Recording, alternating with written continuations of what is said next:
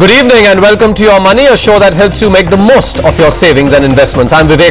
With only 10 days to go to file your tax, to invest to save taxes.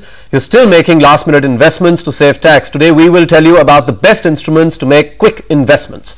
And to make your life simpler in the next financial year, you need to kickstart your tax planning in advance. And to help you in all that, we have with us Karthik Javeri, Director of Transcend Consulting, who's also a certified financial planner. Hi. Thanks, Karthik, for joining us today on the show. Good evening. Let's get straight across to our first caller for the day. That's Sandeep Deshmukh, who's on the line from Awarpur, which he tells me is near Nagpur. Let's speak to him. Sandeep, thank you so much for calling us. Tell us, what is your question regarding your tax? Have you, by the way, done all your investment for this year? Yes, sir. I already invested for this year. Okay. Now my query is for the next year. Right. Because I have to plan for the saving. Right. Now in this year, I have to save for 1.1 lakhs for the tax. Now the pattern is 70,000 for NSC and 30,000 for infrastructure and 10,000 for the pension. Okay. But in the next year, what is the new pattern for the saving of 1 lakhs? What is the new pattern for the saving of 1 lakh? Karthik, 1 lakh. would you like to explain that to me? Hi Sandeep. What's going to happen next year is there's going to be a lot of changes. So from the 70,000 and 30,000 that we had in Section 88, we're now going to move into a situation where all this is going to get aggregated into a 1 lakh total investment. So you can invest in a permutation and combination of your choice in the instruments that you like, maximizing the yield that you can possibly earn. But the totality is that you will get only about 1 lakh of deduction from your total income. Right. Let's get a bit of more details from him. Sandeep, tell us, you've been only investing in NSCs and the infrastructure bonds. That's what you mentioned, right? Yes, now I'm interested in a pension also and infrastructure and NSC, LSC also. Right. Do you intend to continue investing in these instruments? Or would you like to look at newer instruments? Hello? Hello? Can you hear us? Would you like to keep investing in the same instruments or also look at new instruments? No, I want to invest in the same instrument. Just, you've heard Karthik there that your total limit is now 1 lakh. It's not 1,10,000 anymore. Your pension plan will be part of that 1 lakh. So you can invest 10,000 in your pension plan like you did last time, and the balance 90,000 you'll have to split it between NSC and infrastructure bond in whichever order you want. Is that right? That's right. You can, on the face of it, do that. But what I would say is that, see, infrastructure bond is now not such an attractive, opportunity for you.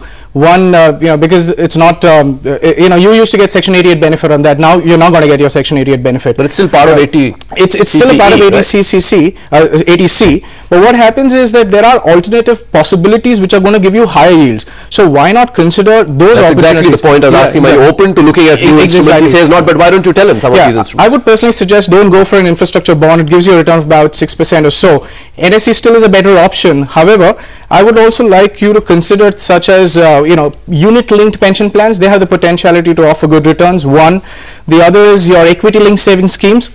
See, in the long run, they tend to work out in a very positive manner for you. As long as your time frame is about 5 to 7 years, you'll be comfortable. Volatility won't affect you. You're young, so age is in your favor, etc. You go by the SIP route in an equity-linked savings scheme. If your risk appetite, allows you could go all the way up to 100,000 as well. But I mean, I would still suggest do about 10-15% of that as well. Yeah, 20% into and via the SIP route into ALSS. Sandeep, that's food for thought for you. Let's get across to our next caller. We are going now to Vadodara, from where we've got Mitesh Shah on the line. Mitesh, welcome to Your Money. Yes, good evening. Tell us, Mitesh, what's your question today? Yeah, I just want to know that what will be the tax implication for an insurance policy taken after 1st of April 2005? Tax implication, you are talking about the EET, exactly. Right? The maturity fear that you have, that will that be taxed? Yeah. Right. If he buys an insurance plan post 1st April 2005, does he need to worry about the fact that his maturity is actually going to be taxed, considering that the rule is still not in place? Sure. It's just an indication the finance minister has given. Right. Now, Mitesh, the first thing that I want to say is that do not ever plan things from the perspective only of tax. I mean, while you need to keep tax considerations into mind and maximize your benefit, don't only go from the consideration of tax. The second question is, do you actually need that insurance? Now, a financial planner who is a certified financial planner can actually tell you whether you need insurance, and if yes, how much insurance do you need? Then of course you look at your policies and things like that. Now coming to the point that you actually raised, will it make a difference or no? See, we are moving towards an EET regime, an exempt tax regime. So at the stage of contribution you're exempt, at the stage of accumulation you're exempt, and whenever you withdraw you're going to be taxed. whatever will happen prospectively. It won't affect retrospective investments. So as of now, you're pretty okay. There's no hurry. You're not in a. You don't have to be scared. You don't have to be scared. You don't need to really run across. The finance ministry is put in a committee which is going to investigate into how this EET is going to work. So over a period of time, things will become clear, and maybe then you should make a more informed decision, so to say. Right, Karthik. Let's now head across to Nagpur, from where we've got Kishore Mule on the line. Kishore, welcome to Your Money. Oh yes, thank you very much, sir. Yes, tell us what you want to know today. Yes, sir, I am a lecturer. Oh wow. And my income stands rupees 3 lakh per annum. Okay. I wish to know, with the current changes in tax laws, how should I plan my investments between PPF and ELSS? Between PPF and ELSS. Have you invested in ELSS before? Yes, I am into ELSS. But that was just up to 10,000, right? That's the tax benefit. It was up to 10,000. Right. And now I wish to know how should be the ratio between the PPF and the ELSS, so that I get stable returns on my income. And you are 32 years old, if I've got that right. I am 32, yes. That's right. Okay, so he's 32, he's a lecturer, he's earning 3.5 lakh. He wants to know, between PPF and ELSS, what should really be the mix for him? I think he understands the bit about the 1 lakh consolidated savings bit which you mentioned. Between the two, what should his investment mix really be? See, Mr. Mule, what you need to do is you need to make a mix of these assets such that they give you the best possible return, one, and second, they at least are going to beat inflation, right? Now, that's an important point. What also happens is, when you start planning all this, look at the broader picture in terms of, are your other needs first taken care of, such as insurance, such as children's education, retirement planning, etc. Now, once you've done that, a financial planner will be in a position to tell you which is the best way to move forward and which is the best kind of asset allocation that you can have, so that based on your risk appetite, you're able to generate your return. Now, if I may ask you, what level of risk are you actually comfortable with, which is going to essentially dictate the kind of an asset mix that you're going to have in your portfolio? Kishore? Right, sir. Since last few years, I am into ELSS, like 3 years. Okay. And I've been investing heavily into PPF. Okay, and have you got decent returns on your ELSS money? Yes, I do have good returns on my ELSS schemes. Right. Okay. See, now obviously that means that you understand what ELSS is, and you know the benefits. It's one of the best performing schemes, etc. So on the face of it, at least a 20-30% exposure to an ELSS is a good idea, because that much mixed with the remaining in PPF will give you this kind of inflation beating return. Right. So PPF is in any case limited to 70,000. Oh no, right? But now you can go higher in PPF also. I understand the PPF law hasn't been changed, so the PPF law remains 70,000, right? No, even in your PPF you can go all the way up to a lakh. That's pretty clear now. Yes, that's pretty clear. Yes. So what he can really do is put about 30,000 in ELSS, because now he can do that. He doesn't have to stay restricted to 10,000. Absolutely. And the rest he could put in a PPF. And he should do the SIP route, because then he's not going to be charged any load for actually getting into the ELSS scheme, which can be actually detrimental on returns. Right. Well, we slip into a break now, but Karthik will stay on to answer your queries, so don't go away. Across now to Chandarpur, from where Vijay Kane is on the line. Vijay, welcome to Your Money. Good evening, sir, both of you. Right. Have you done your planning for this year? Have you invested everything that you wanted to save tax? Yeah, I have already completed it. Completed it? Good. You're well in time. Now, for the next year, what's the concern? My query is related to considering my total earning around 3 lakhs per annum for the year 0506. Okay. In that, suppose I will save to 1 lakh. Right. So how much will be my approximate balance tax, which still I have to pay as per new structure?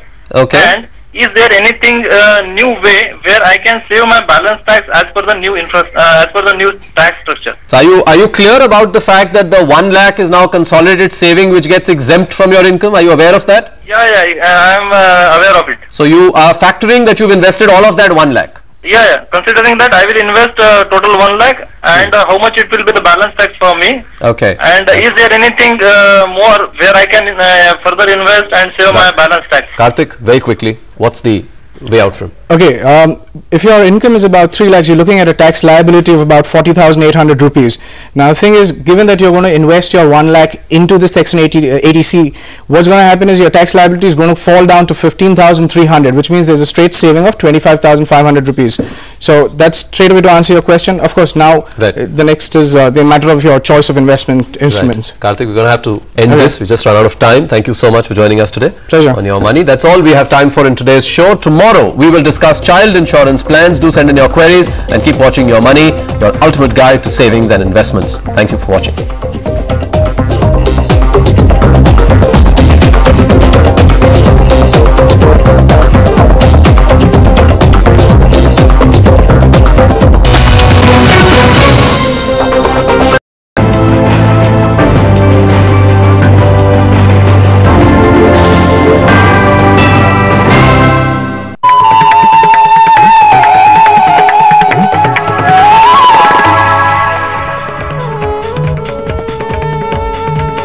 नमस्कार, स्वागत है आपका personal finance पर हमारे कार्यक्रम कैसे कमाएं कैसे बचाएं में। हमारा खास प्रोग्राम जो आपकी मदद करता है ज्यादा से ज्यादा मुनाफा कमाने में। मैं हूं विवेक लो।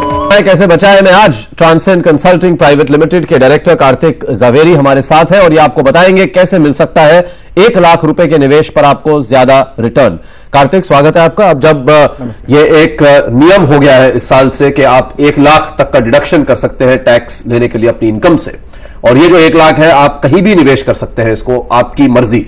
ये नहीं कि गवर्नमेंट जिस तरह से पहले कहती थी कि इसमें केवल 10,000, इसमें केवल 15,000, इसमें केवल 20,000, अब वो नहीं रहा। आप 1 लाख तक की जो आपकी छूट है, जो डिडक्शन है, वो आप कहीं भी कर सकते हैं निवेश। बिल्कुल, तो इस पर हम अब आज का सिलसिला हमारा है। सबसे पहले हमारे साथ है चिराग कारिया। आइए इनसे बात करें, इनका क्या सवाल है। चिराग, पूछिए, क्या जानना चाहेंगे आज आप? My question is this way, for getting the maximum benefit out of that 1 lakh, right? If I put say 40,000 rupees out of that 1 lakh into say ELSS, right, equity linked saving schemes, and 40,000, suppose if I take it that principal of that housing loan, and if I put say 20,000 into insurance, then is it a better way, or some, if you can suggest some better way to earn better returns out of that 1 lakh rupees? और आपकी उम्र क्या है चिराग? I am 25 years old. 25 साल के। अब आप काम करते हैं? Yeah, I work as an insurance consultant. 25 साल के हैं, काम कर रहे हैं कहीं पे, और ये इन्होंने अपना ब्रेकअप आपको बताया। तो ये क्या आप इस ब्रेकअप से सहमत है कि कुछ और इनको एडवाइस देना चाहें? चिराग, सबसे पहली बात यह है कि आपको अगर मैक्सिमम रिटर्न चाहिए तो उसके साथ एक और चीज ऑटोमेटिकली जुड़ जाती है, वो है मैक्सिमम रिस्क। और जो रिस्क जुड़ता है उसके लिए आपको थोड़ा सा समय देना होगा। आपको रिटर्न मिल सकता है, आप अपनी टैक्स की रियायत भी ले सकते हैं, मगर उसके साथ आपको लंबे अरसे तक इन्वेस्टेड रहना पड़ेगा। सबसे पहली बात ये। दूसरी बात यह है कि आप ELSS में बिल्कुल निवेश कर सकते हो। आप आप यंग हो, आपके पास अभी ज्यादा जिम्मेदारियां नहीं है, और आपकी शादी भी नहीं हुई होगी लगभग, राइट? सो आप ये कर सकते हैं कि you can go for 40,000 rupees ELSS scheme. Then instead of PPF और इंश्योरेंस, मैं ये कहूंगा कि आप एक पेंशन प्लान होता है, स्पेसिफाइड पेंशन प्लान जिसे कहते हैं, सेक्शन 1023D के अंतर्गत।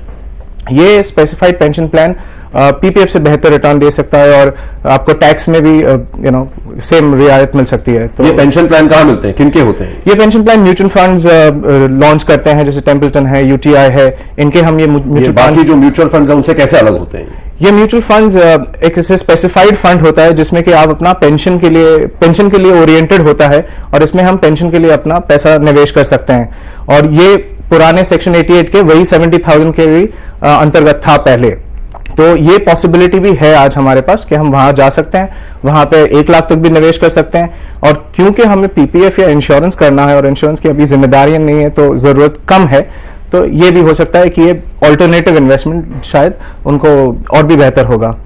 जी, धन्यवाद इसके लिए। और अब देखते हैं मुंबई के सुरेश फेरिया के पास क्या सवाल है।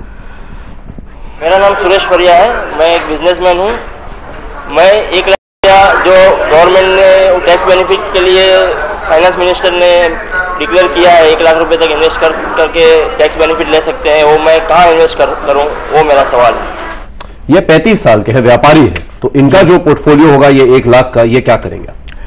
अब इनके लिए वो सभी वो इंस्ट्रूमेंट में इन्वेस्ट कर सकते हैं जहां पे वो पहले करते थे। जैसे कि हमने बताया कि अब वो पाबंदियां नहीं रही है, इसका मतलब वो अपनी मर्जी से चूज कर सकते हैं कि उन्हें कितना पैसा कौन से इंस्ट्रूमेंट में निवेश करना है। ये कहने के बाद नेक्स्ट थिंग मैं उनको कहूंगा कि उनका रिस्क कितना है, वो कितना रिस्क के साथ कंफर्टेबल है। वो जितने रिस्क के साथ कंफर्टेबल है उस हिसाब से वो या तो यूलिप ले सकते हैं, वहां पे भी उनको सेक्शन 80C में रियायत मिलेगी, या वो ELSS में भी थोड़ा सा निवेश कर सकते हैं। क्योंकि इनकी उम्र 35 साल है और बिजनेसमैन है, तो मैं कहूंगा कि उनके पास सालाना मंथली तनख्वाह तो नहीं आती है उनके पास, तो जैसे भी उनकी सहूलियत हो वैसे वो ELSS में थोड़ा थोड़ा इन्वेस्ट करते जाएं। 30 से 40 हज़ार तक अगर 1 लाख में से अगर वहां पे इन्वेस्ट करें तो वो एक अच्छी नीति होगी। उसके अलावा वो उन्हें ये भी ध्यान रखना है कि वो जो ट्रेडिशनल इंस्ट्रूमेंट्स में करते थे, जैसे कि NSC हैं वगैरह, उसमें भी अभी टैक्स लगेगा। जो 80L के अंतर्गत जो उनको वो रियायत थी वहां पे, जो कि वो टैक्स फ्री थी, जो इंटरेस्ट इनकम जो टैक्स फ्री हुआ करती थी, वो अब टैक्स फ्री नहीं होने वाली, और वो जो भी ब्रैकेट में है उस ब्रैकेट से उन्हें वहां पे उस म्यूचुअल फंड्स में जब निवेश करते हैं तो डिविडेंड भी टैक्स फ्री होता है, और 1 साल के बाद आप रिडीम करें तो वो भी टैक्स फ्री हो जाता है, क्योंकि लॉन्ग टर्म निवेशकों को मन में रखना चाहिए। बिल्कुल जी। जी कार्तिक, और अब आज का सवाल, क्या आप 1 लाख रुपए ELSS में लगाएंगे? अपना जवाब हमें भेजने के लिए लॉग ऑन करें moneycontrol.com पर। मोबाइल के जरिए वोट डालने के लिए पहले लिखें पैसा, फिर यस या नो टाइप कर SMS करें 2622 पर। कार्यक्रम के आखिर में हम आपको बताएंगे आप में से ज्यादातर दर्शकों की क्या राय है। आज हम बात कर रहे हैं टैक्स बचाने के लिए आप कहां कर सकते हैं 1 लाख रुपए का निवेश। हमारे साथ है कार्तिक जवेरी। चलते हैं अगले सवाल पर। अब फोन लाइन पर मुंबई से हमारे साथ है वंदना महेश्वरी। आइए इनसे बात करें। वंदना जी, बहुत बहुत धन्यवाद हमसे बातचीत करने के लिए। आप क्या करती हैं वंदना? लगता है वंदना के साथ हमारा संपर्क टूट गया है, लेकिन इनका सवाल हम तक जरूर पहुंचा है। यह कहती है कि 1 लाख रुपए निवेश करने के लिए कैसे पोर्टफोलियो बनाया जाए। इन्होंने इंश्योरेंस पॉलिसी के अलावा बैंक्स के फिक्स डिपॉजिट्स में भी निवेश किया हुआ है। पूछा है म्यूचुअल फंड्स में निवेश के लिए SIP और IPOs में से कौन सा रास्ता बेहतर है। जोखिम उठा सकती है और 2 से 3 साल के लिए निवेश करना चाहती हैं। टैक्स बचाने के लिए तो शायद केवल ELSS का जो जरिया है वही एक अवेलेबल है इनके लिए, लेकिन उसमें क्या ये SIP के जरिए जा सकती है? किस तरह से काम करते हैं ELSS, जरा ये समझा दीजिए। बिल्कुल, ELSS एक अलग टाइप का स्कीम होता है। इसमें निवेश तो शेयर बाजार में ही होता है, मगर ये स्कीम्स ऐसी होती है कि जिसमें 3 साल का लॉक इन होता है। तो आप क्या है कि एक बार निवेश करके 3 साल तक एग्जिट नहीं कर सकते। दूसरी चीज ये होती है कि फंड मैनेजर को बहुत सहूलियत होती है, क्योंकि वो 3 साल 4 साल 5 साल के नजरिए से जो भी उन्हें स्टॉक्स लेने हैं वो ले सकते हैं। उसमें उनको रिडेम्पशन प्रेशर नहीं होता। तो इससे फायदा ये होता है कि आम जनता के लिए इट इज अ मोटिवेशन कि ELSS में जाके इन्वेस्ट करें, उनके रिटर्न्स थोड़े से बेटर हो, उनका जो पूरा पोर्टफोलियो है उसमें थोड़ी सी वृद्धि हो उनकी संपत्ति में। तो ELSS उस तरह से बहुत सारे फायदेमंद साबित होता है। Plus equity link saving scheme है, तो उस पर long term capital gain tax भी 0 है। अगर 12 महीने से ज्यादा होल्ड करेंगे तो वो तो वैसे ही होना है, क्योंकि वो 3 साल तक होल्ड करेंगे। जी, तो इनके लिए जैसे इन्होंने कहा, इनकी कहा नहीं लेकिन ईमेल में भेजा था कि 27 साल की इनकी उम्र है, नौकरी पेशा है, कहती है कि थोड़ा रिस्क उठा सकती है, नई निवेशक है। तो किस तरह से इस 1 लाख में से आप रेकमेंड करेंगे कि कितना ज्यादा इनको इक्विटी की ओर ध्यान देना चाहिए? उन्हें ध्यान तो देना चाहिए इक्विटी की ओर, पर उन्हें एक चीज याद रखनी चाहिए कि जो भी वो रिस्क ले रही हैं उनका जो ये टाइम फ्रेम है 2 या 3 साल, वो थोड़ा कम है। क्योंकि अगर वो इन्वेस्ट करना चाहती है तो उन्हें कोई भी शेयर बाजार वाले इन्वेस्टमेंट में, म्यूचुअल फंड हो या डायरेक्ट हो, उन्हें एटलीस्ट 5 से 8 साल तक का टाइम फ्रेम रखना चाहिए, ऐसे कि समय रेखा रखनी चाहिए, जिससे कि उनकी संपत्ति बढ़े। क्योंकि क्या होता है कि अगर शॉर्ट टर्म में देखा जाए तो शायद बढ़ सकता है, शायद नहीं भी बढ़ सकता। उतार चढ़ाव के हिसाब से वोलेटिलिटी भी उनके अगेंस्ट में वर्क कर सकती है, तो ऐसा भी होता है। उन्होंने ये भी पूछा था कि IPO में करना चाहिए या SIP रूट जाना चाहिए। तो म्यूचुअल फंड तो अच्छा इन्वेस्टमेंट है ही, SIP तो और भी बेहतर रूट है। IPOs में खैर इतना नहीं करना चाहिए। अगर समझिए मार्केट अगर 5000 के आसपास होता तो मैं कहता कि फिर भी ठीक है, क्योंकि क्या है तो वोलेटिलिटी बहुत ज्यादा हो जाती है। और शेयर बाजार के IPO और म्यूचुअल फंड IPO में बहुत अंतर है, क्योंकि शेयर बाजार में एक पर्टिकुलर कंपनी के बारे में हम उसके IPO में जा रहे हैं, जबकि म्यूचुअल फंड में क्या होता है कि अगर म्यूचुअल फंड के IPO के दरमियान जो निवेश किया जाता है और उसके बाद अगर मार्केट गिर जाता है 200 400 या जो भी, तो जब वो IPO खुलता है तो निवेशकों को डायरेक्टली उसमें इमीडिएटली लॉस हो जाता है। तो उनसे कभी कभार वो उन्हें लगता है कि म्यूचुअल फंड इतना अच्छा जरिया नहीं हो सकता, पर ऐसा नहीं है। उन्हें थोड़ा डिसिप्लिन से SIP रूट से करना चाहिए, तो वो उनके लिए बहुत फायदेमंद होगा। जी कार्तिक, का ये चलते हैं अगले सवाल पर। अब फोन लाइन पर सोलन हिमाचल प्रदेश से हमारे साथ मंजू खेरवाल जी है लाइन पर। मंजू जी, जी धन्यवाद बातचीत करने के लिए। इतनी दूर से आप हमसे बात कर रही हैं, बताइए अपने पैसों का क्या करती हैं आप? जी थोड़ा बहुत शेयर मार्केट में भी लगा हुआ है। हेलो। अच्छा जी। और थोड़ा लाइफ इंश्योरेंस में भी इन्वेस्ट किया हुआ है। जी, तो अब क्या करना चाहती है जो बाकी बचे पैसे हैं? जी वही पूछना आपसे कि किस जगह से इन्वेस्ट किया जाए जो सुरक्षित हो और मतलब अच्छी इनकम भी हो सके। जी, तो आप गृहिणी है, लेकिन क्या टैक्स देना पड़ता है आपको कि टैक्स के दायरे से बाहर है आप? नहीं देना पड़ता है, वैसे मैं थोड़ा बहुत घर में ही काम करती हूँ। जी, अच्छा, अपना सेल्फ एम्प्लॉयड है आप, अपने खुद का कुछ छोटा सा बिजनेस है आपका। इन्होंने 20,000 रुपए शेयर और लाइफ इंश्योरेंस पे लगाए हुए हैं। जानना चाहती है सुरक्षित रिटर्न के लिए कहां निवेश करना बेहतर होगा। सुरक्षित रिटर्न के लिए 5 साल तक निवेश कर सकती है कार्तिक, लेकिन अगर जोखिम हो तो केवल 1 साल के लिए ही पैसा लगाना चाहेंगी। अब इसमें ऐसा होता है ना कि एक बहुत गहरा संबंध है कि आपको कितना रिटर्न चाहिए और आपको कितना रिस्क लेना है, कितना जोखिम उठाना है। तो अगर आप ज्यादा जोखिम उठाएंगे तो ज्यादा रिटर्न मिलने की संभावना है, अगर कम लेंगे तो कम मिलेगा, और अगर बिल्कुल नहीं लेना है तो फिर और टैक्स भी बचाना है तो फिर NSE वगैरह ही आपके लिए बेस्ट होगा। पर इसमें होगा क्या कि क्योंकि आप टैक्स भी भरती हैं, आप जब NSE वगैरह में इन्वेस्ट करेंगी तो उनका जो इंटरेस्ट होगा वो अभी आपको ATL में डिडक्शन नहीं है, तो वो आपको टैक्स भरना पड़ेगा उस पर। इसलिए आपके लिए वो एक ऑप्शन हो सकता है क्योंकि वो सुरक्षित है। और अभी क्या है कि वक्त बदल रहा है, और जो भी पहले सुरक्षित हुआ करता था या गारंटीड हुआ करता था, we are moving towards non guaranteed. तो everything is becoming open ended. तो इसीलिए थोड़ी सी नीति में भी बदलाव लाना चाहिए हमें, और उसके लिए जैसे कि अभी ELSS है या फिर हमारे पास यूनिट लिंक्ड इंश्योरेंस स्कीम्स हैं, तो जिसमें थोड़ा सा इक्विटी एलोकेशन अगर करें तो अच्छा रिटर्न मिलने की अपेक्षा रख सकते हैं हम। और उसके साथ साथ उन्हें जो 20,000 जो उन्होंने इन्वेस्ट किया है अभी इक्विटी में, उस पर उनको कोई ATC के अंदर डिडक्शन नहीं मिलेगा, सिर्फ उनका इंश्योरेंस प्रीमियम जो है उसमें उनको वो ATC का डिडक्शन मिलेगा। जी आइए लेते हैं अगला सवाल ईमेल के जरिए। बारूच गुजरात से लक्ष्मण राज का ये सवाल है, ईमेल के जरिए उन्होंने हमें भेजा है। ये जानना चाहते हैं कि क्या 1 लाख रुपए इक्विटी लिंक्ड सेविंग स्कीम में लगाना फायदेमंद है। इनका ज्यादातर निवेश म्यूचुअल फंड्स और शेयर मार्केट में है। इन्होंने 3 या 4 मिड कैप फंड्स और 2 लार्ज कैप फंड्स में निवेश किया हुआ है। इसके अलावा इनके पास एक यूनिट लिंक्ड इंश्योरेंस प्लान भी है।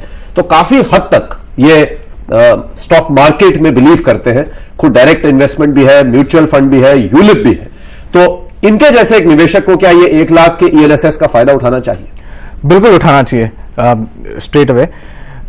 उनका जो बैकग्राउंड जैसे हमने देखा, उनके बैकग्राउंड के हिसाब से ऐसा नहीं लगता कि वो बिल्कुल कतराते हैं थोड़ा सा भी जोखिम लेने से, और उसके लिए वो सही दिशा में है, वो जा रहे हैं सीधी। वो 34 साल के हैं, उनके पास बहुत अभी समय है रिटायर होने से पहले, तो वो उतना रिस्क ले सकते हैं। ELSS में उन्हें बिल्कुल फायदा उठाना चाहिए, जितना उनसे हो सकता है उतना। और उसके अलावा जो यूलिप की जो उन्होंने बात की है कि यूनिट लिंक्ड इंश्योरेंस प्लान है, अब उसमें उनके पास इंश्योरेंस कितना है, क्योंकि वो बिजनेसमैन है, और क्योंकि अगर वही इंश्योरेंस है तो पहले उनको उसके बारे में भी सोचना चाहिए, थोड़ा सा वो इंश्योरेंस बढ़ा देना चाहिए। सर्टिफाइड फाइनेंशियल प्लानर उनको बताएंगे कि कितना एडिक्वेट होता है, कितना जरूरी है। तो ये सबसे पहली बात है, या तो यूलिप में इंश्योरेंस बढ़ा दे या तो टर्म ले ले। उसके बाद वो तो ATC में वैसे ही चला जाएगा, वो कंट्रीब्यूशन जो है, जो बाकी बचता है उसमें से ELSS करे, बिल्कुल करे, कोई प्रॉब्लम नहीं है। और फिर भी उनके पास अगर सरप्लस है, क्योंकि ये लार्जली इक्विटी मार्केट में इन्वेस्ट करते हैं, तो इन्हें थोड़ा सा एक दो फंड भी में इन्वेस्ट करना चाहिए, जैसे कि है डिविडेंड यील्ड टाइप का फंड होता है, या वैल्यू ओरिएंटेड फंड होता है, वैल्यू फोकस्ड फंड। ताकि क्या होगा कि उनका इक्विटी पोर्टफोलियो जो है वो ठीक तरह से वेल बैलेंस्ड बन जाएगा, क्योंकि अभी वो थोड़ा अग्रेसिव नीति पे है, कि अग्रेसिव पोर्टफोलियो है उनका अभी थोड़ा। आइए लेते हैं एक और सवाल ईमेल के जरिए, ये भी आया है। चंडीगढ़ से ऋतु श्रीवास्तव ने अपना सवाल पूछा है। ये एक नई निवेशक है, जानना चाहती है कि नए टैक्स ढांचे को देखते हुए इन्हें किस तरह की योजनाएं बनानी चाहिए। 20,000 रुपए महीना कमाती है, कोई जिम्मेदारी नहीं है, इसलिए जोखिम भी उठाने को तैयार है।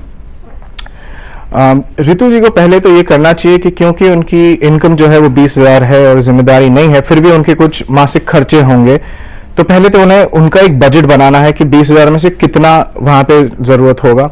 उसके बाद उनकी मर्जी के हिसाब से 2 या 3,000 एक इमरजेंसी के लिए थोड़ा सा अलग से रख देना चाहिए, और वो कहीं पे भी लिक्विड फंड वगैरह में डाल सकती हैं। जो उनके पास बाकी बचता है 10 या 11,000, ये एक प्रणाली है ये इन्वेस्टमेंट करने की। तो जो बाकी बचता है 10 या 11,000, उनको वो इन्वेस्ट कर सकती हैं, निवेश कर सकती है, और जिससे वो ATC का भी फायदा उठा सकती हैं। अब उनके लिए मैं ये कहूंगा, क्योंकि वो यंग है, तो थोड़ा सा ELSS भी कर ले। अगर उनको थोड़ा सा मतलब सेफ टाइप ऑफ इन्वेस्टमेंट में रहना है तो थोड़ा सा PPF और NSE भी उसमें भी निवेशित रह सकती हैं, बट थोड़ा सा एक्सटेंड तक। और जैसे कि मैंने पहले बताया कि एक पेंशन प्लान जो होता है वो स्पेसिफाइड पेंशन प्लान, वो भी उनके लिए बहुत अच्छा और फायदेमंद साबित होगा।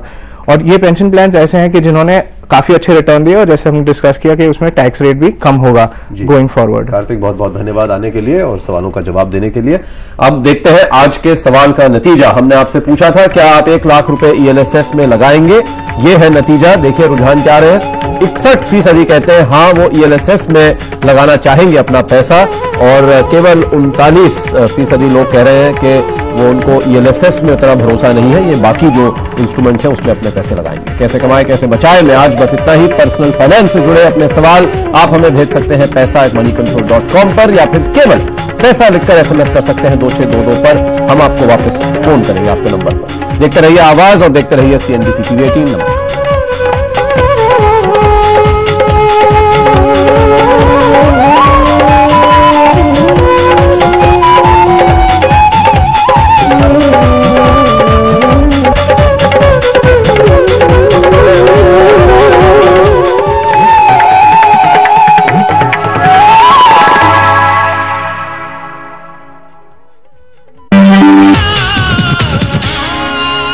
कैसे कमाएं कैसे बचाएं प्रायोजित।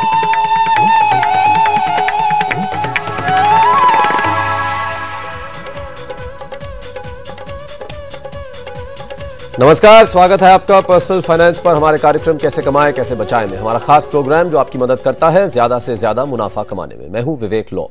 कैसे कमाएं कैसे बचाएं में आज रिटायरमेंट प्लानिंग से जुड़े आपके सवालों का जवाब देने के लिए हमारे साथ हैं certified financial planner Transcend Consulting Private Limited के डायरेक्टर कार्तिक जावेरी। कार्तिक, आपका स्वागत है शो में। ये बताइए कि आजकल काफी बातचीत है, खासकर जब सरकार की एक खुद की सर्वे ने ये बहुत ही डिस्टर्बिंग फैक्ट्स उठाए हैं कि कितने कम लोग हैं हमारे देश में जिन्होंने अपने लिए रिटायरमेंट की प्लानिंग की है। तो ये बताइए कि रिटायरमेंट की प्लानिंग किस उम्र से शुरू करनी चाहिए एक इंसान को, और क्या क्या करना चाहिए, किस किस फेज में इसको करना चाहिए कि जिससे कि आप जब रिटायर हो तो एक अच्छी खासी एक पूंजी आपके हाथ में हो। सबसे पहली बात यह है कि रिटायरमेंट प्लानिंग जो होता है वो उस दिन से शुरुआत होनी चाहिए जिस दिन से आपने पैसा कमाना शुरू किया। जबकि औसतन क्या होता है कि लोग जब 40-50 के करीब हो जाते हैं तभी वो रिटायरमेंट प्लानिंग के बारे में बहुत ही संजीदगी से सोचना शुरू करते हैं, जबकि ऐसा नहीं होना चाहिए। जब वो 25 साल के हैं या 30 साल के हैं, जब उन्होंने कमाना शुरू किया, वो सबसे अच्छा समय होता है।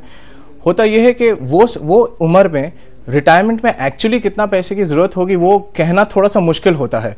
पर क्या होता है कि जैसे जैसे समय चलता जाता है, हमारी ज़रूरतें बढ़ती जाती है, रिस्पॉन्सिबिलिटीज़ बढ़ती जाती है, तो एक अनुमान सा बनने लगता है साल दर साल कि हमें इतना रिटायरमेंट में ज़रूरत पड़ेगी, हमें इस तरह की लाइफस्टाइल चाहिए वगैरह वगैरह, और उस हिसाब से फिर प्लानिंग करते जाना चाहिए हर साल भर साल। और उस तरह से रिटायरमेंट का एक प्रॉपरली लेआउट ब्लूप्रिंट हो जाता है और उसी से everyone can start investing well. चले पहले सवाल पर। फोन लाइन पर हमारे साथ है पारादीप उड़ीसा से मुरली कृष्णा। आइए इनसे बात करें। मुरली जी, गुड इवनिंग। नमस्कार, कैसे हैं आप सब? हाँ, ठीक ठाक है सब। आप बताइए रिटायरमेंट के लिए क्या प्लान किया आपने अब तक?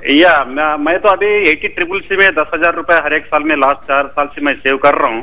पेंशन प्लान जो होते हैं, पेंशन प्लान में जो LIC में है जी, right. But my point is it sufficient for my plan is that is 58 years that is retirement. और अभी आपकी क्या उम्र है? मेरा 42 प्लस है। 42 है। और आपकी सालाना कमाई कितनी होती है कृष्णा साहब? 2.5 लाख। 2.5 लाख की सालाना इनकम है इनकी। 42 साल के हैं, कह रहे हैं 4 साल से कम चलो इन्होंने छोटे ही स्तर पे शुरुआत की। हाँ। लेकिन अगर ये केवल इसी 10,000 में इंस्ट्रूमेंट में बने रहे तो क्या ये 58 साल की उम्र में 16 साल अब से जो है इनके, क्या एक अच्छी रकम पे बैठ सकेंगे? बहुत मुश्किल है, ये नहीं हो सकता। क्योंकि उन्होंने शुरुआत किया है तो ये बहुत अच्छी चीज़ है। और उनकी स्थिति मैं ऐसे कहूँगा थोड़ी सी नाजुक है इस सिचुएशन में, क्योंकि 10,000 सेव करना हर साल और उसमें से ये उम्मीद लगाना कि हम पूरे हमारे जो रिटायरमेंट के 10 या 15 या 20 साल होंगे वो हम मैनेज कर पाएँ और उसमें हमारे पास अच्छे से कैश फ्लो हो, तो ये थोड़ा मुश्किल हो जाता है। एक सिंपल सा उदाहरण अगर लिया जाए उनके लिए, तो जितना वो आज कमाते हैं अगर उतनी ही उन्हें पेंशन चाहिए तो उसके लिए उनके पास कम से कम 35 से 40 लाख रुपया होना चाहिए। और उसके लिए उन्हें हर मासिक कुछ ना कुछ उनको सेव करना पड़ेगा। ये जो 10,000 की रकम है वो बहुत ही कम है, उसको उन्हें बहुत ज़्यादा इंक्रीज करना पड़ेगा, तभी जाके कहीं पे 16 साल में उनका अच्छा सा एक जमा राशि बन पाएगी। वो भी अगर क्या करना चाहिए इनको बताइए? इनको ये करना चाहिए कि जो उनका अभी का जो निवेश है, जो अगर वो यूनिट लिंक्ड इंश्योरेंस प्लान में थोड़ा सा वहाँ पे डाल सकते हैं, उनको आगे चल के थोड़ा सा डाइवर्सिफाइड इक्विटी फंड्स में भी डालना चाहिए, क्योंकि अभी वो 42 ईयर्स के हैं तो उनके पास काफ़ी सारा लंबे समय है, तो ये सब कर सकते हैं। वो पेंशन प्लान में डाल सकते हैं, जैसे कि म्यूचुअल फंड के पेंशन प्लान्स होते हैं उसमें डाल सकते हैं। उन्हें एक बहुत ही बड़ा हिस्सा उनकी अभी की जो इनकम है उसका डालना पड़ेगा, ताकि वो कहीं पे जाके एक ठीक ठाक रकम बना पाए 58 साल की उम्र तक। अगर 2.5 लाख की इनकी इनकम है तो आप क्या मानते हैं कि कितनी रकम इनको इन्वेस्ट करनी चाहिए रिटायरमेंट की तरफ? शुरुआत से उन्हें कम से कम 5 या 10 हज़ार तो हर महीने के हिसाब से डालना चाहिए। शायद ये अभी मुश्किल हो, पर जैसे जैसे समय बढ़ता जाएगा वैसे उनको इसका जो एलोकेशन है रिटायरमेंट की तरफ उसको बढ़ाते जाना चाहिए। तो अगर 5,000 पर मंथ से भी ये शुरू करें या 3 या 4 हज़ार पर मंथ से शुरू करें, हाँ जी, हाँ, तो एक अच्छी शुरुआत हो सकती है। और आप ये कह रहे हैं कि काफी रकम इनको इक्विटी में भी, इक्विटी ओरिएंटेड प्रोडक्ट्स बिल्कुल डालनी चाहिए, चाहे वो म्यूचुअल फंड हो या यूलिप हो। जी बिल्कुल, उस तरह से उन्हें अपना कुछ प्लानिंग करना चाहिए। जी धन्यवाद हमसे बातचीत करने के लिए मुरली जी। ईमेल के जरिए अब चंडीगढ़ से लेते हैं सवाल। डॉक्टर MK चड्ढा का है ये। इन्होंने टेम्पल्टन इंडिया पेंशन प्लान में निवेश किया हुआ है, इसके बारे में पूरी जानकारी चाहते हैं। क्या इसमें निवेश से टैक्स में छूट मिलेगी और किस तरह इसका इस्तेमाल रिटायरमेंट के बाद आमदनी के लिए किया जा सकता है? 49 साल के हैं ये और 65 साल की उम्र तक सालाना 18,000 पेंशन प्लान में लगा सकते हैं। पूछा है क्या PPF अकाउंट 25 साल के बाद भी जारी रह सकता है? बहुत से सवाल हैं इनके, बताइए एक एक करके। सबसे पहले टेम्पल्टन पेंशन प्लान के बारे में बात करते हैं। ये एक बहुत ही बेहतरीन पेंशन और रिटायरमेंट के लिए एक इंस्ट्रूमेंट है। ऐसे बहुत कम प्रोडक्ट्स हैं हमारे मार्केट में अभी। ये जो प्रोडक्ट है वो सेक्शन 1023D के अंतर्गत आता है। जितना भी आप इसमें निवेश करते हो वो आपके सेक्शन 80C में, जो नया सेक्शन है इस साल से जो लागू होने वाला है, उसमें आपको 1 लाख तक टैक्स में रियायत मिल सकती है। एक तो ये हो सकता है। इस इंस्ट्रूमेंट में 3 साल का लॉक इन है, मतलब कि एक बार अगर इन्वेस्टमेंट कर दिया तो 3 साल तक रुकना पड़ेगा और उसके बाद वो विड्रॉ कर सकते हैं, बट विड्रॉ नहीं करना चाहिए उनको। 58 या 60 साल की उनकी जो रिटायरमेंट की उम्र है, जो उन्होंने ऐसे प्लान किया है, तब तक रुकना चाहिए। ये जो प्रोडक्ट है वो बहुत अच्छा परफॉर्म कर रहा है। पिछले कुछ 5-6 सालों में जब से ये प्रोडक्ट है उसने करीब 10-12-14% का भी रिटर्न दिया है। तो उस हिसाब से इनके रिटायरमेंट प्लानिंग के लिए बहुत ही बेहतरीन प्रोडक्ट है। और मैं तो ये कहूँगा 18,000 ये जो डालने की सोच है उससे ज़्यादा भी डाल सकते हैं। अगर उतना भी डाले तो भी उनके जो 6-7-8 साल है उसमें वो 7-8 लाख तक भी पहुँच सकता है। और रिगार्डिंग PPF जो उन्होंने पूछा था कि PPF 25 साल से आगे करना चाहिए कि नहीं, फिलहाल तो मैं ये करूँगा कि PPF में टैक्स लगने वाला है। आगे जाके जो EET रिजीम आने वाली है उसमें टैक्स लगेगा, तो उससे तो ये इन्वेस्टमेंट एक बेहतरीन इन्वेस्टमेंट होगा, तो वहाँ करे। वह 25 के बाद एक्सटेंड ना करे, 25 के बाद एक्सटेंड करना भी मुश्किल होता है। तो यहाँ पे वो इन्वेस्ट अगर करते रहे तो उन्हें सेम बेनिफिट मिलेगा, रिटर्न ज़्यादा होता है। ऑन द अदर हैंड, मतलब जो इसकी एक खराबी है ये है कि ये एक डेट प्लान है जिसमें कि लॉन्ग टर्म कैपिटल गेन्स लगने की उनको संभावना है, वो लगेगा, पर वो सिर्फ 10% लगेगा। बट चूंकि उनका रिटर्न बहुत ज़्यादा होगा इसलिए उनको उसका एडवर्स इम्पैक्ट नहीं लगेगा। जी, और इनका जो एक ये सवाल PPF पे था ये आपने आंसर कर दिया। हाँ, PPF के 25 साल के बाद भी जारी रह सकता है। और अब आज का सवाल, क्या आप रिटायरमेंट के बाद अपने बच्चों पर निर्भर रहेंगे? अपना जवाब हमें भेजने के लिए लॉग ऑन करें moneycontrol.com पर। मोबाइल के जरिए वोट डालने के लिए पहले लिखें पैसा, फिर यस या नो टाइप कर SMS कर दें 2622 पर। कार्यक्रम के आखिर में हम आपको बताएंगे आप में से ज्यादातर दर्शकों की राय क्या है, कैसे बचाएं। आज हम बात कर रहे हैं रिटायरमेंट प्लानिंग के बारे में। हमारे साथ है कार्तिक जवेरी। आइए चलते हैं अगले सवाल पर। माफी चाहता हूं, फोन लाइन पर अब राजकोट से है MK मोदी हमारे साथ। मोदी साहब नमस्कार। नमस्कार मोदी साहब, बताइए, आप काफी अच्छी तरह से अपने रिटायरमेंट की फिलहाल सोच है, जो आपका सवाल जो मैंने पढ़ा, तो ये बताइए कि कब से आपने शुरू किया ये प्लानिंग और किसने कहा आपसे? क्योंकि हमने देखा है कि हम ज्यादातर जो है भारतवासी, हम तो प्लान ही नहीं करते रिटायरमेंट के बारे में। हाँ, 10 साल से प्लानिंग कर रहा हूँ। 10 साल से आप कर रहे हैं, तो अब तक क्या जमाया है आपने मोदी साहब, जरा बताइए। नहीं, ऐसे जरा टीवी थोड़ी बंद कर दीजिए तो आवाज आएगी आपको हमारी। हाँ जी, टी-शर्ट बंद ही है। ऐसा बात है जी, प्रोविडेंट फंड में लगा कर रखे हैं। ओके। गोल्ड परचेज में लगा कर रखे हैं जी। और मेरा पेंशन तो आने वाला है। आई एम गवर्नमेंट एम्प्लॉय जी। जो सैलरी है उसके 50% तो मुझे आने वाला है पेंशन में। ओके। अब ज्यादा किस तरह इन्वेस्ट करना चाहिए?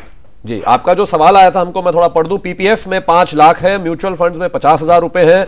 इसके अलावा आपने कहा कि सोने में भी निवेश है। रिटायरमेंट के बाद सालाना 2 लाख रुपए पेंशन के मिलेंगे और 8 साल की नौकरी आपकी अभी बाकी है। जानना चाहते हैं कि किस तरह, मैं बहुत ही मतलब बहुत खुशी हुई इनसे बात करके कि देखिए किस तरह से कम 10 साल पहले इन्होंने अपनी प्लानिंग शुरू की है। ऐसे बहुत कम लोग हैं जो। और ये बताइए कार्तिक, अब जो 8 साल इनकी सर्विस के बचे हैं तो उसमें इनको किस तरह से जितना ज्यादा से ज्यादा मैक्सिमाइज करें कि इनको रिटायरमेंट के, हालांकि ये कहते हैं कि 4 लाख अगर रुपए इनको साल के मिल जाए रिटायरमेंट पे तो ये काफी खुश है, लेकिन आप बताइए किस तरह से इनको प्लानिंग करनी चाहिए। सबसे पहली बात तो उनका जो पीपीएफ है अभी जो 5 लाख है उनके पास, सबसे पहले उसकी बात करते हैं। अगले 8 साल में ये करीब 10 लाख के आसपास हो जाएगा ये, तो पहली बात ये हो गई।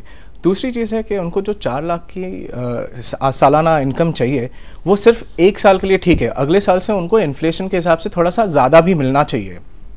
ऐसे अगर हम कैलकुलेशन करके ऐसे हिसाब किताब लगाएं तो उन्हें करीब 35 से 40 लाख रुपए की ज़रूरत पड़ेगी, जिससे कि वो 4 लाख रुपए कमा सके। अब जो उनको पेंशन आने वाली है वो उसमें उनको बहुत राहत देगी, पर उनके लिए कम से कम उन्हें 20 से 25 हज़ार रुपये इन्वेस्ट करने चाहिए अभी, जो कि 8 या 9% के आसपास उसका इन्वेस्टमेंट रिटर्न उन्हें मिलता रहे साल दर साल। और क्योंकि उनके पास 8 साल है तो समय थोड़ा सा कम हो जाता है, पर क्योंकि 8 साल है और 2 साल या 1 साल नहीं है, तो इसलिए मैं कहूँगा कि थोड़ा सा वो इक्विटी एक्सपोजर भी ले सकते हैं। वो इक्विटी एक्सपोजर से लेने से ये होगा कि थोड़ा सा उनको वोलेटिलिटी वगैरह को फेस करना पड़ेगा, थोड़ा सा जोखिम हो जाएगा, पर अगर वो ठीक तरह से प्लान करके आगे चले तो उन्हें काफ़ी फ़ायदा हो सकता है। उनके लिए उनका ये जो 4 लाख का जो उनका टारगेट है, जो उनको इनकम चाहिए, वो उनको मिलने की संभावना है, पर थोड़ा सा उनको और भी ज़्यादा प्लानिंग करना पड़ेगा। वो कर रहे हैं, वो बहुत अच्छी बात है, बहुत कम लोग करते हैं जैसे कि हमने कहा, पर थोड़ा सा अगर और करेंगे तो वो पहुंच पाएंगे। म्यूचुअल फंड्स इन्होंने कहा कि 50,000 लगाए हैं उसमें, तो क्या आप मानते हैं कि वो एक एरिया है जहां पे ये कुछ बढ़ा सकते हैं? बिल्कुल, लेकिन हालांकि क्योंकि इनकी उम्र अब 54 साल की हो चुकी है, तो क्या इस वक्त इक्विटी में कितना एक्सपोजर इनको लेना चाहिए किसी म्यूचुअल फंड के जरिए? देखिए 54 साल की उम्र है ये एक बात है, जब वो रिटायर हो जाएंगे 60 या 62 साल पे, उसके बाद भी उनके पास कम से कम 13 से 15 साल 18 साल है। तो हम जो प्लानिंग की बात कर रहे हैं 54 साल से 74 साल की उम्र तक करीब 20 साल है, तो वो काफ़ी लंबा अरसा है, ऐसा नहीं है कि वो बहुत छोटा अरसा है। तो इसलिए वो थोड़ा सा अगर इक्विटी में एक्सपोजर करें तो उनके लिए अच्छा होगा। और भी क्या है, जैसे कि मैंने कहा कि उनको करीब 20 से 25 हज़ार रुपया निवेश करना चाहिए मासिक, ठीक। अभी वो पूरा 1 लाख तो मैक्सिमम कर सकते हैं पीपीएफ में, उससे ज़्यादा अगर उनको करना होगा तो नेचुरली जो नेक्स्ट बेस्ट एवेन्यू है, कि जो नेक्स्ट बेस्ट इन्वेस्टमेंट होगा वो म्यूचुअल फंड्स ही होगा, जहाँ पे वो थोड़ा सा बढ़ा सकते हैं। वो बैलेंस पोर्टफोलियो बना सकते हैं सीएफपी की हेल्प से, तो वो एक अच्छा सा पोर्टफोलियो ऐसे बना सकते हैं जिससे कि उनको ज़्यादा रिस्क ना लेना पड़े, बट फिर भी 30-40% तक अगर वो लेंगे तो काफ़ी ठीक रहेगा। जी कार्तिक, कैसे कमाएं कैसे बचाएं में कल हम बात करेंगे यूलिप यानी यूनिट लिंक्ड इंश्योरेंस प्लान्स के बारे में। इससे जुड़े अपने सवाल आप हमें भेज सकते हैं paisa@moneycontrol.com पर, या फिर केवल पैसा लिखकर एसएमएस कर सकते हैं 2622 पर। हम थोड़ी देर में हाजिर होंगे, आप देखते रहिए कैसे कमाएं कैसे बचाएं। आज हम बात कर रहे हैं रिटायरमेंट प्लानिंग के बारे में। हमारे साथ हैं कार्तिक जवेरी। चलते हैं अगले सवाल पर। ईमेल के जरिए त्रिवेंद्रम से KS पिल्ले का सवाल हमें मिला है। ये NRI है और 2 लाख रुपए महीना कमाते हैं। इनका मानना है कि रिटायरमेंट के बाद 50,000 रुपए महीने की जरूरत होगी। अभी 10 से 15,000 रुपए तक रिटायरमेंट प्लान के लिए खर्च कर सकते हैं। इनके पास $50,000 का लाइफ इंश्योरेंस प्लान भी है। जानना चाहते हैं सबसे बेहतर प्लान कौन सा है। ओके, अभी उनकी उम्र 50 साल की है और 33 साल की है, और अगर उन्हें 50 में रिटायर करना है तक, जिसके मतलब है कि उनके पास 17 साल है। एक सबसे अहम चीज़ जो उन्हें ध्यान रखनी चाहिए कि उनके पास 25 साल है, 25 से 30 साल है रिटायरमेंट होने के बाद। तो उनके लिए हमको जो भी एडवाइस करनी है वो 3 पहलू हैं उनके जो हमें ध्यान में रखने चाहिए। एक जो है कि उनको 50,000 की इनकम चाहिए, दूसरा जो है कि इन्फ्लेशन होगा करीब 5% के आसपास ले लेते हैं, और तीसरा ऐसा माना जाए कि उनका जो निवेश होगा वो 6% के हिसाब से बढ़ता जाएगा। तो अगर उन्हें इस तरह से 50,000 रुपये की मासिक आय चाहिए, यानी कि 6 लाख रुपये हर साल हो गया, उसके बाद हर साल वो 5% बढ़ना चाहिए, उसके लिए उनको करीब 1.5 करोड़ की ज़रूरत होगी, जो उनकी जमा पूंजी होनी चाहिए जबकि वो अपना रिटायरमेंट शुरू करेंगे। तब तक आगे जाते हुए अगर उन्हें उनका जो अभी का जो निवेश है, अभी जो वो कह रहे हैं कि वो 10 या 15,000 हर महीना निवेश कर सकते हैं, वो काफ़ी नहीं होगा, वो उनको थोड़ा सा बढ़ाना पड़ेगा। यदि वो बैलेंस्ड मतलब कि 50% जोखिम ले और 50% जोखिम ना ले, उस हिसाब से भी जाएं, और जहाँ के उनको 8 से 10% का रिटर्न मिल सकता है, उसके लिए उन्हें कम से कम 27 से 30,000 के आसपास हर महीना बचत करनी पड़ेगी अभी, ताकि जब तक कि वो अपनी 50 साल की उम्र तक पहुंच जाए तब तक उनके लिए ये कॉर्पस ये 2 लाख रुपए कमा रहे हैं तो 27 से 30,000 रुपए बचाना उनके लिए बहुत बड़ी बात नहीं है उनके लेकिन लिए, ये सोच के इनको बचाना पड़ेगा। हाँ, क्योंकि बहुत जरूरी है, क्योंकि उनको इतने लंबे अरसे तक अपना रिटायरमेंट चलना है। कार्तिक, एक और सवाल लेते हैं। फोन लाइन पर रायगंज से है मोनोजीत दत्ता हमारे साथ। दत्ता साहब बहुत बहुत नमस्कार, बताइए क्या सवाल है आपका आज का? आप जरा टीवी बंद कर दीजिए प्लीज। अच्छा, टीवी बंद करें। मेरा ये सवाल है जी। अच्छा, मेरा ये सवाल है जी। 2,25,000 के नियर अबाउट हम ईयरली जमा सैलरी है हमारी जी, और 5,000 रुपया हम पर मंथ जमा करते हैं EPF जी, और 6 साल करीब नौकरी हमारी है। कौन सा बेस्ट पॉलिसी होगा जिसमें सब हमको ये पेंशन मिलेगा? क्या निवेश कर सकते हैं? कैसा बढ़िया कौन सा होगा? राइट, चलिए कार्तिक बताइए। अच्छा, इसके लिए कहाँ पे हम निवेश करें उसके पहले थोड़ा सा हिसाब देखना पड़ेगा।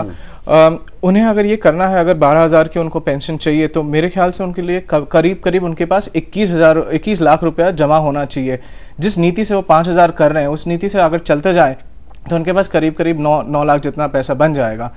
सवाल ये पैदा होता है कि अभी उनके पास 10 या 11 लाख हैं या नहीं।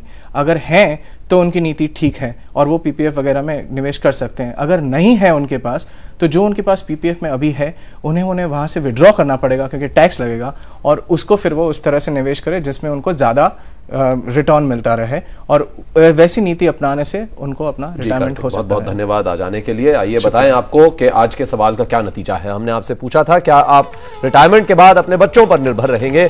देखिए रुझान क्या आ रहे हैं। 25% कहते हैं हाँ, लेकिन 75% कहते हैं नहीं। तो ये चीज तो बहुत ही साफ है कि लोग ये नहीं मानते कि वो अपने बच्चों पर निर्भर रहेंगे ज्यादा, लेकिन फाइनेंशियल प्लानिंग, रिटायरमेंट के लिए प्लान करना, ये भी एक जरूरी मुद्दा अब बन चुका है। कैसे कमाएं, कैसे बचाएं, मैं आज बस इतना ही। पर्सनल फाइनेंस से जुड़े अपने सवाल आप हमें भेज सकते हैं paisa@moneycontrol.com पर, या फिर केवल पैसा लिखकर SMS कर सकते हैं 2622 पर। देखते रहिए आवाज और देखते रहिए CNBC TV 18। नमस्कार।